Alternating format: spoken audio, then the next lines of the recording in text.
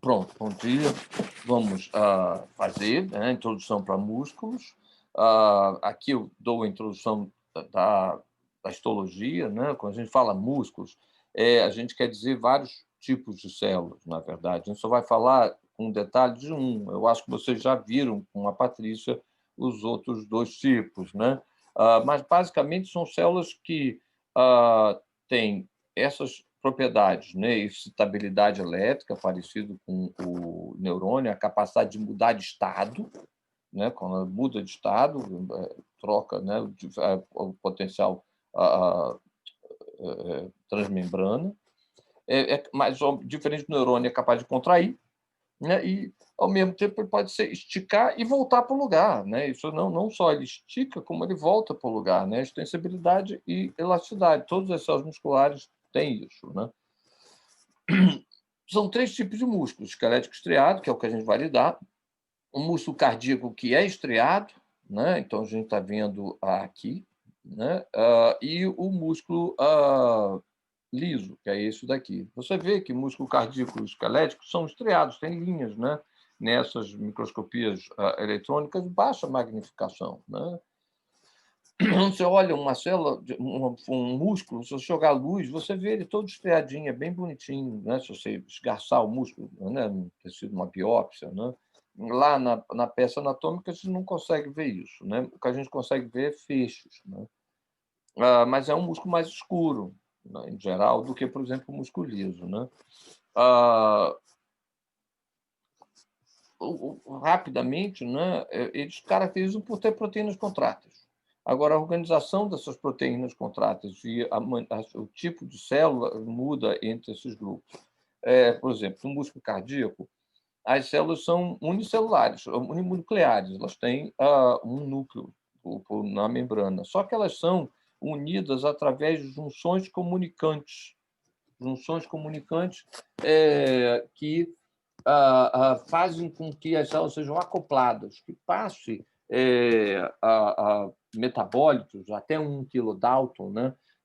Tipo açúcar, nucleotídeos, e íons, cálcio, fósforo. Quer dizer, as células são acopladas elétrica e metabolicamente.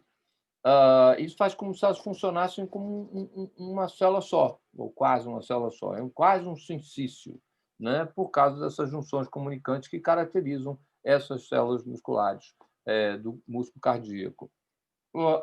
E o músculo liso também tem células contráteis, mas a maneira como essas células estão, como essas fibras contráteis estão organizadas, faz com que a sua contração seja não na mesma direção, tem um encurtamento em muitas direções, e a organização não são tão repetitivas como é no músculo esquelético e no músculo cardíaco.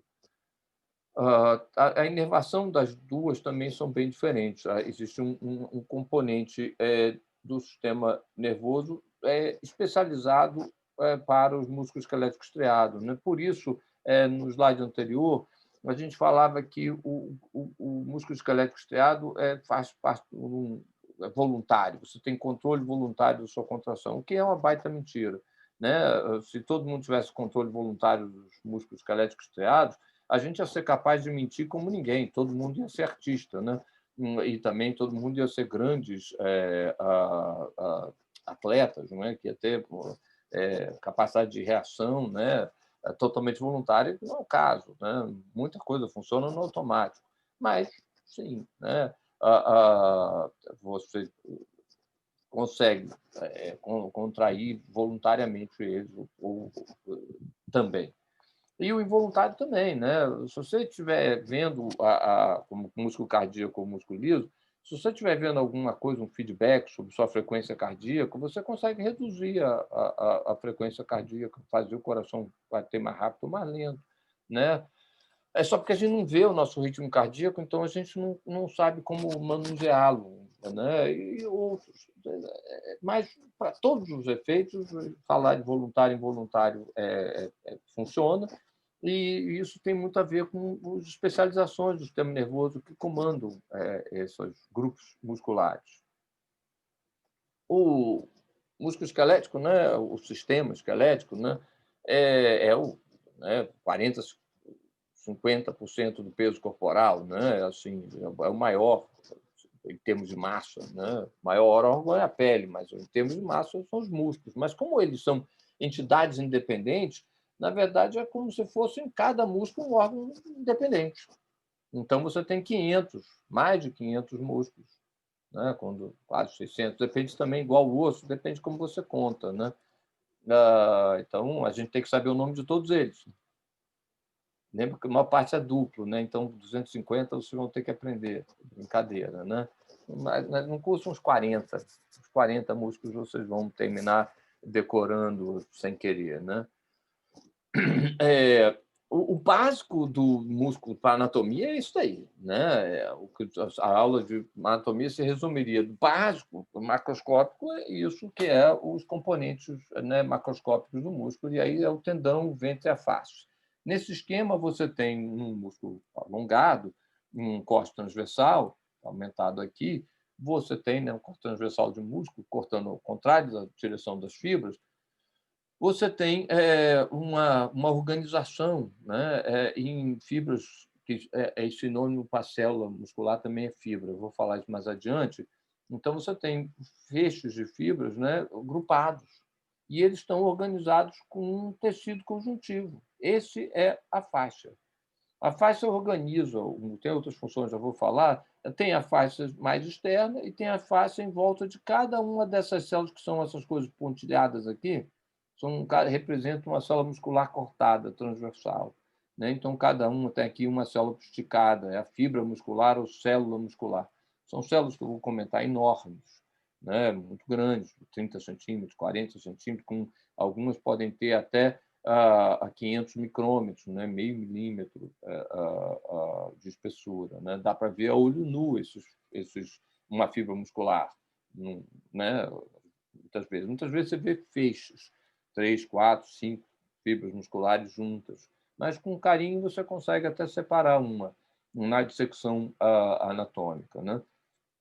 Então, essa face, a gente vai olhar ela agora, né? A outra coisa que eu quero que vocês saibam é essa parte que está rachurada aqui, que seria vermelha, a parte vermelha, é o que a gente chama o ventre, a barriga do músculo ventre, e é onde estão as células musculares propriamente ditas. O conjunto de células musculares são alongadas, em geral, no comprimento do músculo, não é bem assim, mas, né, ali você tem o grupo de células musculares, o ventre. Tem uma parte que não é vermelha, que tem um tecido conjuntivo fibroso, sem célula muscular alinhada, que é o tendão. Então, são as três partes: tendão, ventre e face. O ventre é a parte que contrai. Então, a face é um termo bacana, né? Um termo antigo, né? E tem muitos rodapés de livros sobre a faixa, né? É antes do microscópio, como a gente chamava, né? O tecido conjuntivo, essa parte branca do músculo, né? Até parece uma teia de aranha. Eu sempre pergunto, né, quem já viu descarnar um boi, e no açougue, você vê aquela peça de carne, tem uma névoa branca, né, uma película branca em volta, né, todo bem fina. Isso é a face externa, né, que a gente chama de epimísio, né, que essa parte externa é o epimísio. A parte que junta, que a gente separa os fascículos, e você vê que serve para levar vasos também, é o perimísio. E o mais próximo às células musculares, o endomísio. Então, o endomísio mais profundo, perimísio do meio e epimísio de fora. E aí você pode dizer fáscia interna, média e externa, né? Então, também dá para chamar disso interna, média e externa. E aqui você vê um músculo, um osso, o tendão, aquela epimísio aqui, né, branquinho, em volta do ventre. O ventre não vai até o final, o tendão fixa as estruturas musculares, as estruturas do corpo, que não é só osso, que a gente vai ver. E essas fibras que são muito longas se organizam em feixes. Esses feixes são envolvidos com essa parte branca, que é o perimísio. E cada fibra muscular que está aqui, ó, essa fibra muscular, cada uma dessa aqui é uma fibra muscular. Está vendo? Que é um saco de proteínas, umas proteínas compridas chamadas miofibrilas. São proteínas que parecem fibras, então miofibrila. A célula muscular chamada de fibra, as proteínas no interior são as miofibrilas. né? E o que serve as fascias? Então, esse termo que eu estava falando, que é antigo, ele organiza o músculo e, dependendo, até mesmo partes do corpo, formam septos que separam segmentos do corpo em lojas, né? E tudo isso chama fáscia, né? Diminui o atrito, porque as células musculares contraem, não são todas juntas, uma hora, outra hora, depende de quantos você recruta na hora do movimento.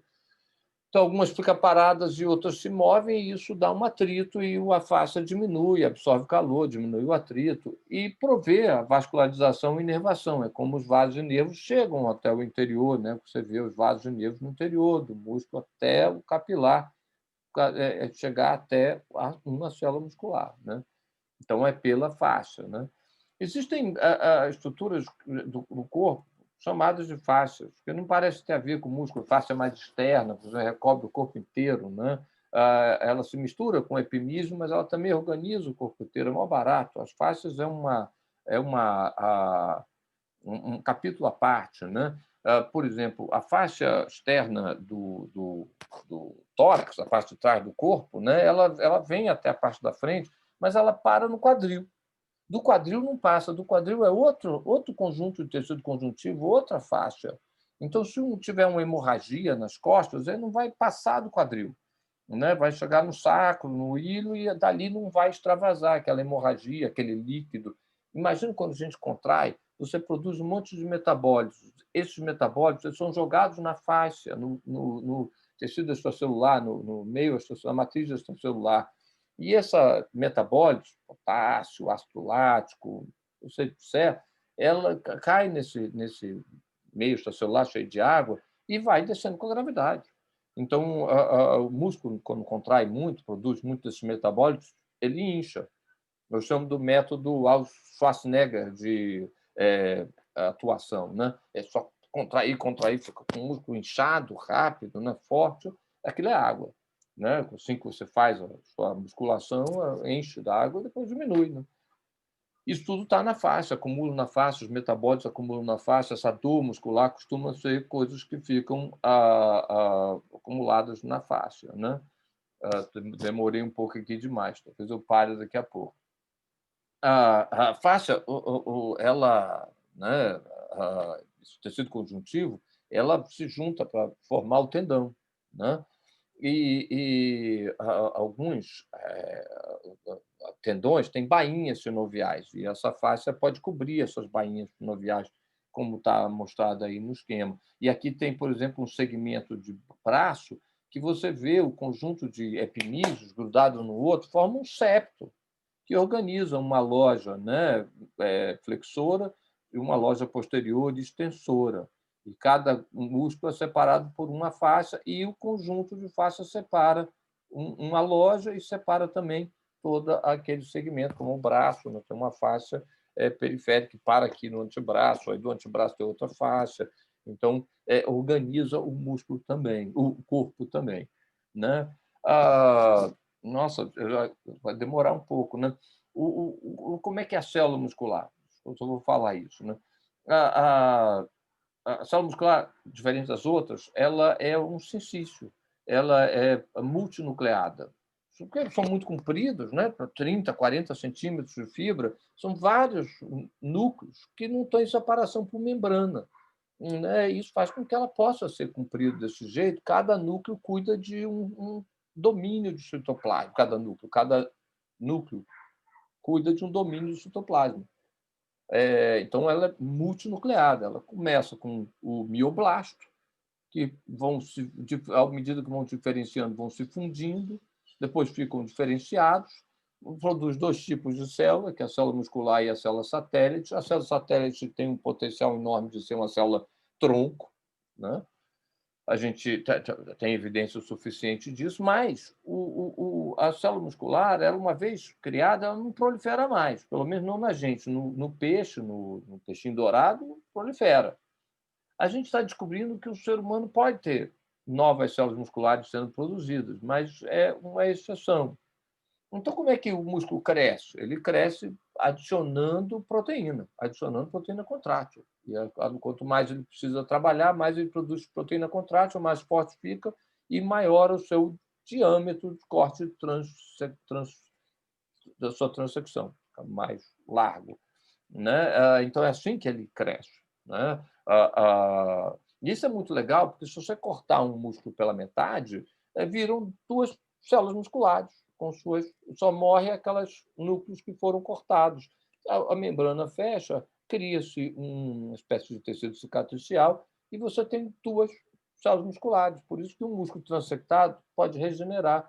Ele perde um pouco da sua extensibilidade, né? Um tiquinho de força, né? E você pode perceber isso nos músculos daqui da barriga, de trás da perna, nos jarretes, costumam sofrer estiramentos. Se você passar o dedo, uma pessoa magra, você consegue sentir algumas depressões nos músculos que formam a parte de trás da coxa, e essas depressões são pequenas cicatrizes que acontecem ao longo da vida. Todo mundo que estira essa parte de trás pode acontecer, depois a gente fala mais. Então, essa capacidade de ser multinucleada é bem interessante.